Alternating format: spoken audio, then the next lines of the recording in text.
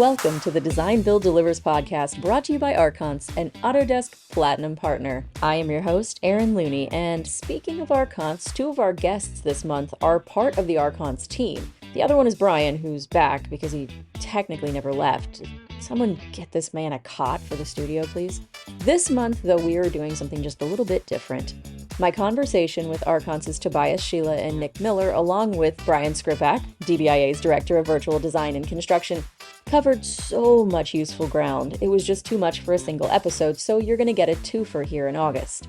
In part one, we are looking at the foundation, how organizations can build a better data strategy, create continuity across the project lifecycle, turn project information into something people can actually use, and take all of this forward through design and construction long after delivery into future projects.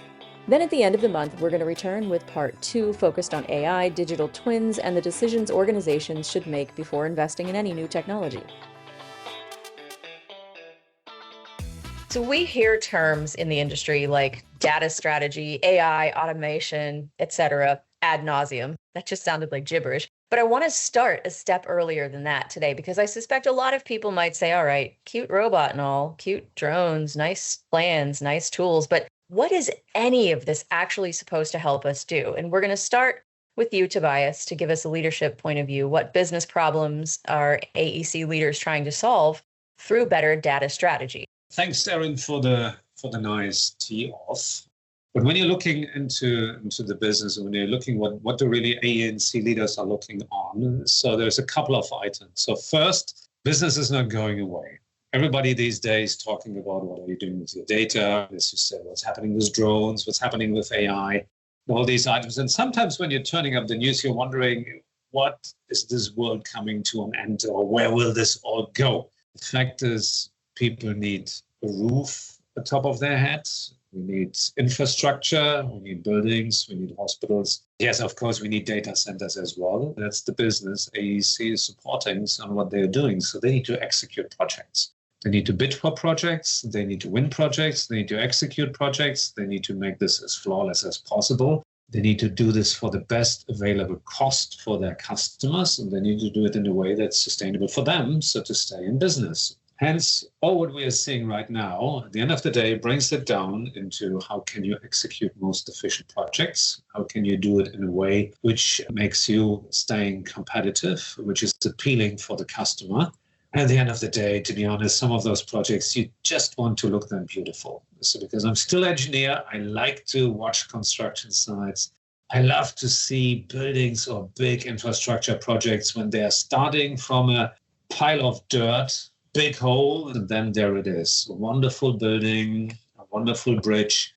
These engineering marvels, we have to get back into what is this? So how does it feel for people? And how do you make it, again, most efficient? Because there are thousands of people working on this. The whole industry is hundreds of thousands of people. And they're all asking the same question. So what am I doing better with it? Where are you already in? I'm glad you think we teed it up really nicely, because we're going to have a good conversation about some of the more specific pieces of what you were just talking about. And so now we're going to talk to you, Nick. Let's bring what Tobias said to the project level and talk about what core data management actually looks like in real life. As I thought about this topic, I felt like there was a lot of different symptoms that I could talk about here. I think in reality, what it looks like is it's a team of people that are disconnected from the next person in the business life cycle, and their kind of only goal is to meet whatever contractual obligation is on their piece of paper, regardless of how it impacts the next person downstream in the business life cycle. So that's kind of at a high level what we see happen. In reality, again, at the individual level, it's people working from different versions of the current set, right? It's people answering or submitting RFIs that maybe were answered in a submittal that was submitted weeks ago. It's a field team working off a printed set of plans that does not actually match what is the most current set of pieces of paper. As crazy as that sounds, that's still a common issue today. And really what we see is when people are not comfortable with the data strategy or the communication plan, they start to develop their own shadow system. Now they're managing an Excel file and some files on their desktop that represent what they think is the current set. And it just creates this compounding area of potential information loss that creates rework and schedule slips. And suddenly we're fixing a problem on a project site that should have been addressed in a clash detection meeting months ago.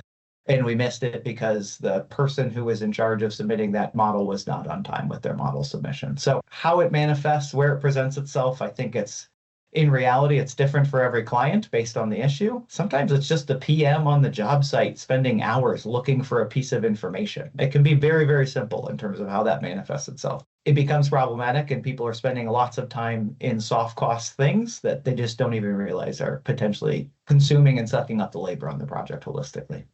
I think one of the things that you said there, Nick, was interesting, right? You talked about people really looking out for their own individual deliverables and not thinking about the next person in the project cycle. And that's a big opportunity for design build teams to really mitigate that approach, right? Now you're breaking down those contractual barriers. You're planning a team approach from the outset where you can define what that next person, what that next person needs down the road.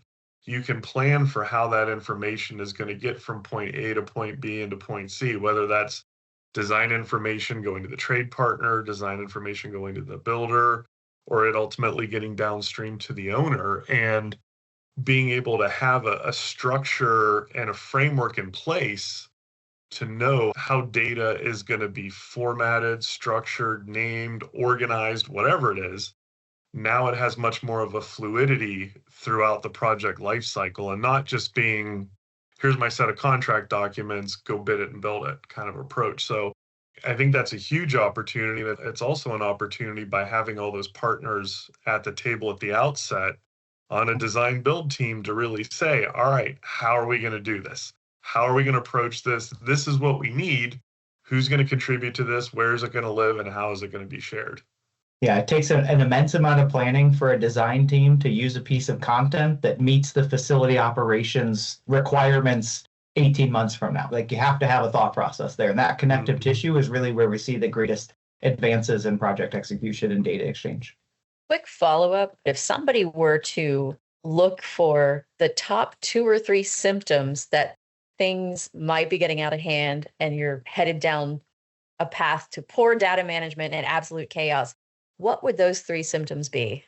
When I'm looking from an executive perspective on it, the first thing is you're losing control. So that means you're losing control on the schedule, you're losing control on the cost. When you're looking on this one, this is extremely important. So when you're executing, I'm not talking about small projects. So when you're upgrading your garage, so that should go smooth. But when you're going into the bigger ones, so the bigger infrastructure projects, or the bigger building projects, here it is really highly important that from the beginning on, you do have a right plan, you do have a right structure and architecture to handle data across all the disciplines and across all the elements of the life cycle of a project, and then even getting into the point where you have hundreds or even more thousands of subcontracting elements working. How do you keep this all together? If you don't have, I would say, a good plan at the beginning, a good architecture at the beginning, maybe all looks fine at the beginning, but later on, when you're going into more execution, it's more and more difficult to get an overview on it. That's what you as an executive want. Where am I? Where am I against budget? Where am I against schedule? And what are the elements which are on a critical path? So because they have all ripple effects. And then God's sake, if someone in the middle of the project finds out there is something which isn't as right or right planned, I need to go back 2 steps.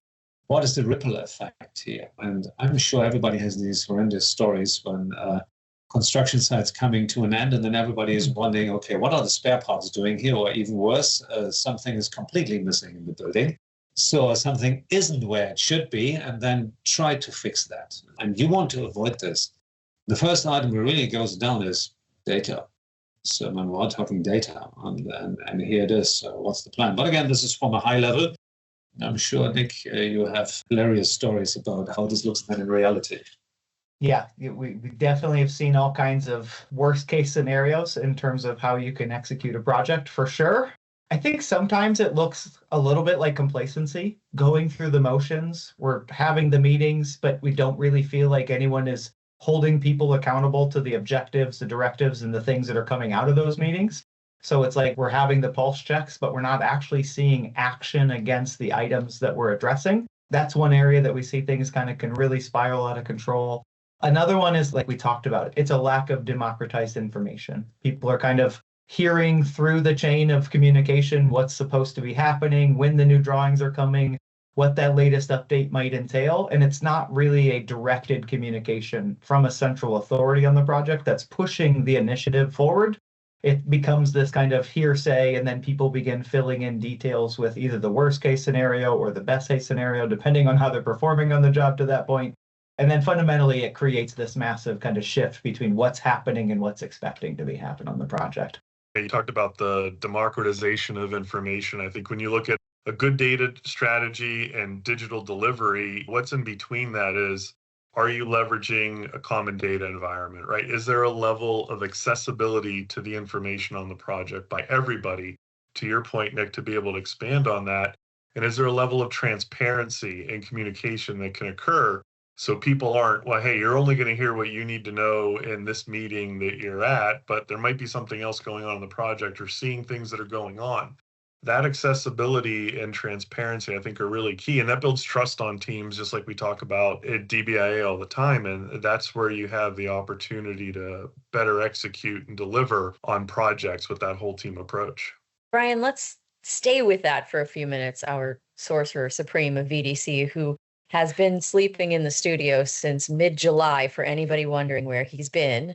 Can't get him off the show. He just keeps coming back. We are happy to have you back again. We're always happy to have you. You mentioned a connection there to design build and to DBIA, and obviously that's where most of our listeners are expecting these conversations to go. So let's stay there for a few minutes. Let's talk about how better data can support collaboration that is key, integral to design build. One of the big things, if we go back, having this whole team approach at the start of the project, one of the things that we talk about in other documents that we've released, whether it's the VDC primer or I think even more relevant is the VDC project leaders' roles and responsibilities, right? Having somebody embedded in the project who is going to, maybe a good word is translate the needs of the projects into that digital delivery, data management, data structure terms that are going to allow all these people to execute on the project goals. Might not be an upfront conversation that always happens, but is certainly one that needs to occur. And being able to see that transition of all that information from concept through construction to turnover is really a key element. And having that role on a project, I think, is a big opportunity for design build teams, because you're not starting over at those transitions like you would be in a traditional project delivery mode where the team is producing their deliverables and then it stops and gets passed off, right? You may not know what was the reason behind that data structure, the naming conventions, the content development that was there. Now you just pick it up and look at it and say, I don't even know what to do with this. There's not a continuity that can occur. And I think that's a real value for design build teams and how they work. So going back to you for a second, Nick, because Brian brought this back up. We've talked before about, actually specifically last month's Design Build Delivers episode, about the value of data beyond a single project. And I think there's more to this than what we talked about there and what we've briefly touched on here. So let's start with you, Nick, and then we'll go to you, Tobias, and talk about how project data lives beyond the delivery of a project. Yeah, absolutely. Getting a project completed and paid for is the first step in what is actually a 30, 60-year life cycle of a building. And I think understanding how the team who will support that building operation, what information they need and how they intend to operate that facility is super important. It is definitely something that lives well beyond the project life cycle that you're talking about and informs decisions and cost structures and planning efforts over the life cycle of that entire facility. So I think that's one component that becomes really valuable. I think the other piece there is the lessons learned from a specific project and being able to take that to the next one. If I'm building a $100 million building and I can do it for $95 million next time, that's a tremendous savings. And anything that I can learn to help drive that cost of build down year over year, project over project, becomes a tremendous value for my organization. And it creates an opportunity for us to take the assets, the tools, the lessons learned, the data handoffs, all those pieces to the puzzle that we just talked about that help orchestrate a good project lifecycle. It allows me to create a more cohesive strategy and ensure that we don't fall victim to the same pitfalls over and over again in terms of data reusage and data lifecycle management. When I pick this up from, again, the executive view, there are two elements into it. One is the ecosystem who designs and builds the asset. So for them, again, we've talked about the benefits of being data-centric and having the different disciplines working on the same data set, the same language, the same items. But then as well, when we're going back, who's the receiving end of it? So the one who paid the bill to get the nice building. Then what did you get in the past? It's always good to have it in the back, so because it's not like this is for the first time done. You got pounds, if at all, of paper, or even tons of papers. And usually a couple of weeks later, all what's written there, or a lot of it, is obsolete because changes are happening or people actually have forgotten where it is. And if for those who always or have been in their life in operations or maintenance, it's actually quite difficult to find information about existing assets. And I'm not talking about old ones, I'm even talking about new ones. And even if you have it electronically, you need at the beginning, this all goes back into what do you actually want to achieve. You need to have a plan what you're doing with it. Otherwise, you've got a nice database. But what are you doing with it? Who's doing with it what? So, and just having it doesn't do the thing. So you need to have a plan behind it. But then it comes to Nick's point. If you're in the business of building big warehouses, you want to learn from it. But of course, everything is specific. It's depending what's the underground, what's the environment you're picking it, with whom do you deal, but there are definitely learnings. Similar like an operator. If you're once at a time, the first time you're in such a business, you want to talk to someone who's done this more often and can give you some advice here. So for those of us who have like the 20s of that project, you have some expectations as well, and so how to get scale effects. So how do I have, if I'm 10 of those assets who are quite similar operating, what can I learn from it? So how can I bundle those activities? So but this all goes back into, again, what is my strategy? What's my plan here? If my plan is just to get a bunch of concrete on the ground and windows on top of it, then maybe you need to have a different conversation. The Design Build Delivers podcast is brought to you by ARKANCE, your technology optimization partner, helping design build teams streamline workflows with Autodesk solutions, expert support, and real-world training. Ready to work smarter and faster? Get tools, insights, and schedule your AI readiness check at arkance.us/DBIA. This has come up throughout this entire conversation, and most of the conversations I have with professionals, that information goes through a lot of hands over the life of a project. Talk about where does that flow most often break down between design, construction, turnover, operations, all of those hands, and anyone can take this. It's at the exchange to the next user, like we just talked about. And what happens typically is every handoff becomes a re-entry point. What did we talk about? What are we trying to accomplish? What is the purpose of this data? And unfortunately, when you're designing something against a deadline, your ability to get all of your design intent to document it is not always possible, right? And that creates some gaps in understanding that can be problematic.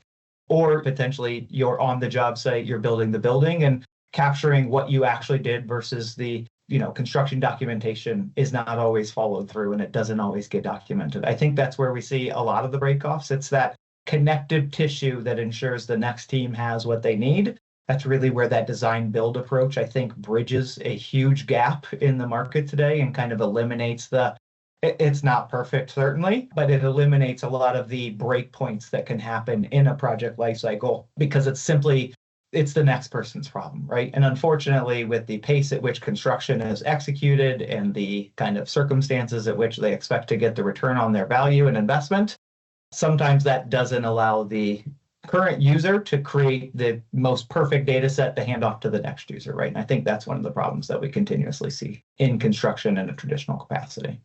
When I'm broadening this up a little bit, up to the point when you are in the, let's say, planning, costing, scheduling, construction, and then like in a cycling here, you definitely have breaking lines where you're using different tools. So you definitely have breaking lines when you need to work with different departments and even on top of it, different tools.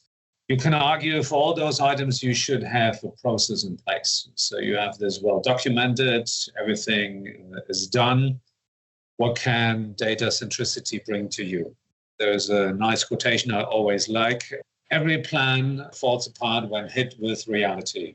So in here, reality, as Nick has said, there is a project schedule. There's always a problem. There's always someone who comes in and want to have a little extra. And this is very in particular when you are on large projects. So hence, sure, you have a process to deal with that. But all those items add up. These are entry points for mistakes. So these are entry points for quality problems. And they do pile up. So it brings it back to the point. Do you want to have one master tool, one master data lake who could have it? Yeah, sure. Does it exist? No. So will it exist anytime soon? Living in California, but I'm not that dreamy. So at the end of the day, it comes down again to the point, what is your strategy, how to deal with data? So how do you want to provide data consistency between the different departments, and then absolutely identify where are the breaking lines? So to Nick's point, out of your experience or by default, where do those breaking lines happen? Where do you want to have automation? So where do you want to take out the human, and where do you need to have the human, because that's where they add value, which is the design, or which is the construction, which is the planning. I mean, someone who has done hundreds of projects has a feeling for what's feasible.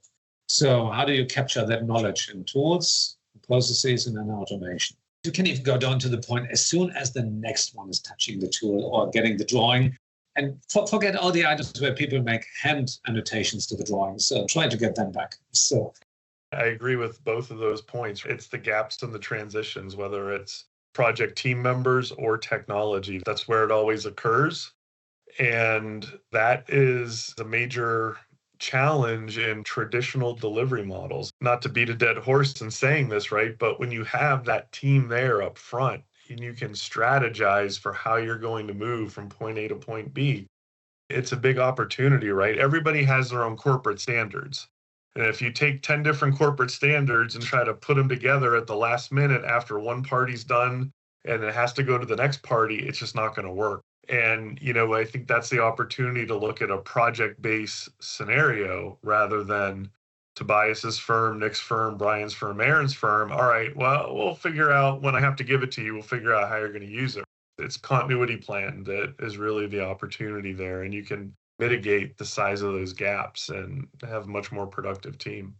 As one of my good friends who's a developer says, the best thing about standards is that everyone has their own, right? That's the problem you're fighting against. Yeah. As long as you use my one, all good. So, but that's a great segue to the next question, because talking about standards and everybody has their own, this is something we see with tools and platforms as well. There are lots and lots of them out there, and no matter what field, what industry you're in, there is a suite of stuff that does the one thing you need it to do. And so when you go into projects working with different owners and different teams, everybody might know what information they need. They might know what they've used before, but they might not know or even really want to dictate what exactly those tools are, or shouldn't dictate it. So when you run into that, how do you define the needs, the information, what it is you're looking for without prescribing a specific tool or platform? When you talk about trying to connect all these things, it really needs to go back to the owner.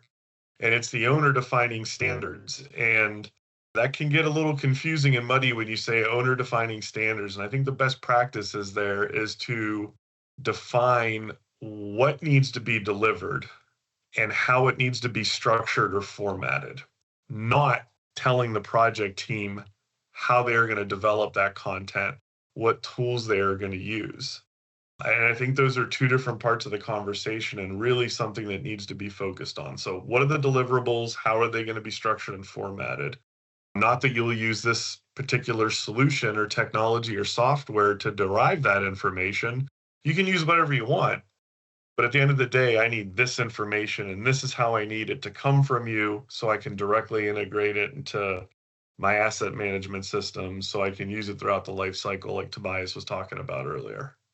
And you have two extremes like usual in business. One extreme is highly prescriptive. As you said, Brian, rightly, the owner-operator says exactly what they want. So I want to have a building a certain way, a bridge, whatever. Let's call it an asset who is doing the following, and here's exactly the specification, and there are items which are non-negotiable, like building codes and these items. I'm not talking about that. So I'm talking about what they can prescribe in exactly the way, and these are the tools you have to use, or the amount of tools, and this is the format, how you have to deliver this to me. You could argue there's a lot of front-end work. There's advantages here, and there's as well advantages for the involved companies, architecture and design and construction companies, because they know what they're getting here. But it takes away as well as maybe certain secret sauce they have. Then you have the other extreme. The owner-operator says, I actually don't care. I just need the asset who's doing the following. So, for example, there's so many hotel beds or so many hospital beds, or I have a street connecting A to B, please follow the building code or the city code, and that's it. Gives a huge amount of freedom for everybody who's involved, but then you're getting to the point, you hope everybody speaks the same language. So, because that can be a highly interesting approach when you're going to finishing and things do not go as expected. What is the ownership of this? So as usually these items, the best way is somewhere in between. I'm sure everybody has stories about one of those extremes they have seen and why they believe they have their advantages and disadvantages. So in my view, what we are seeing, you need to have it's always to be of advantage to have an owner-operator who has an understanding what they want, but they need to work collaborative together with the involved ecosystem to make sure that this fits what their skills are. Yeah, like I mentioned earlier, it takes a lot of planning for a design team to put data into a design model that will actually facilitate a business outcome for the facilities operations manager 24, 36 months from now. But I think that's really where owners have a strong opportunity. And one of the most radical things I've seen recently is owners taking payment milestones and not tying them to delivery of building assets, but actually data quality of the asset that they're delivering. So really ensuring that the info they need to drive the process they're talking about is a part of that delivery engagement, and then the payment milestone is associated with that quality assessment. And that really gives them a little bit more control over ensuring that the information they're getting meets their requirements, regardless of the technology it's potentially coming from.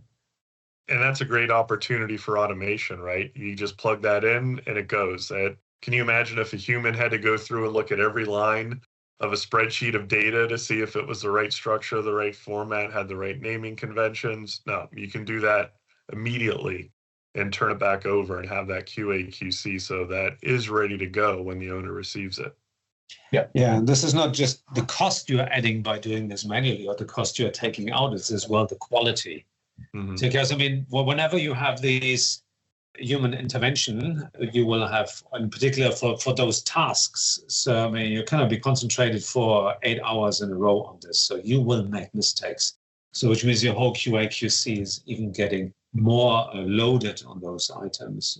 This is a great example. So, and it's great to see as well when you're looking on how do you put this into motion by combining it with payment milestones. You can really see it shifts the quality or shifts the conversation and the maturity of the ecosystem in the industry, and from going from in the past just asset, then asset and documentation, and now it's just like asset documentation, but in a certain way, digital and with a certain quality, not at the end, because at the end we all know people run away, and then you have difficulties to find them. Just to make sure everybody listening understands, we were not just advocating for replacing all humans with automation. Brian says, you can automate that. Tobias says, you can automate that. What you hit on, Tobias, actually is really important, and that's allowing the humans working on these projects a little more space to do something other than try to spend 8 hours digging into tedium. It really opens the door for more innovation and more focus on project outcomes. So anybody wondering, we do like the machines, but not in place of the human being. No. It's an entirely different delivery method. Yeah, I mean, it's what's the what's the highest value opportunity to leverage that designer, that engineer, that architect, engineer, builder, right? It is not checking boxes all the way down of how many thousands of lines of spreadsheet data, right? There's more rational thinking, decision, experiential outcomes that come from the experiences that they have. That particular QA, QC thing that Nick mentioned is perfect for automation. And we're shifting our thinking from even human in the loop to human in the lead. We think that's a better phrasing to say like they're driving a process opposed to being connected to it and informed. So I think there's a layer of accountability that still is present and very important with the human approach, even when automation is being leveraged holistically. The computer hasn't been sued yet. The professional has. Yeah, and bringing it to the point, where does human ingenuity and creativity and thoroughness really brings the added value? So this is really, and this is again, when you want to have a conversation with someone, why they did certain things, or how do they executing it. And this is where the value is coming in, not in checking the lines on the spreadsheet. Don't get me wrong, it needs to be done. But you want to free the resources of a really high value person and the experience they bring, and even if they are new, so the experience they will bring, the creativity they add to the driving seat. Where do they add more value? Once again, for the back of the room, no one here is advocating for replacing humans, so don't get any ideas out there. So keep the human, not just in the room, keep the human in the lead. Better data, smarter automation, sure, those can move design build projects along more smoothly and set up future projects for success, but as Tobias stressed, it goes back to strategy. And do you know who creates the best strategy? Human beings. But that's where we'll leave part 1 of this conversation, and thanks as always for listening. And of course, thanks to our guests, Tobias Scheele and Nick Miller of ARKANCE, and DBIA's Brian Skripac, who I promise we will be Brian-free after the next episode. Just for a little while. We do tend to miss him over time, but as with any good thing, you can have too much of it sometimes, right? Part 2 comes out at the end of the month, where we'll pick up with AI, digital twins, and the questions organizations need to ask before putting money and time into new technology, like whether they have the data strategy and the culture that they need to make that investment worthwhile. The Design Build Delivers podcast is brought to you by ARKANCE, an Autodesk Platinum partner. Learn more at arkanc.us/DBIA.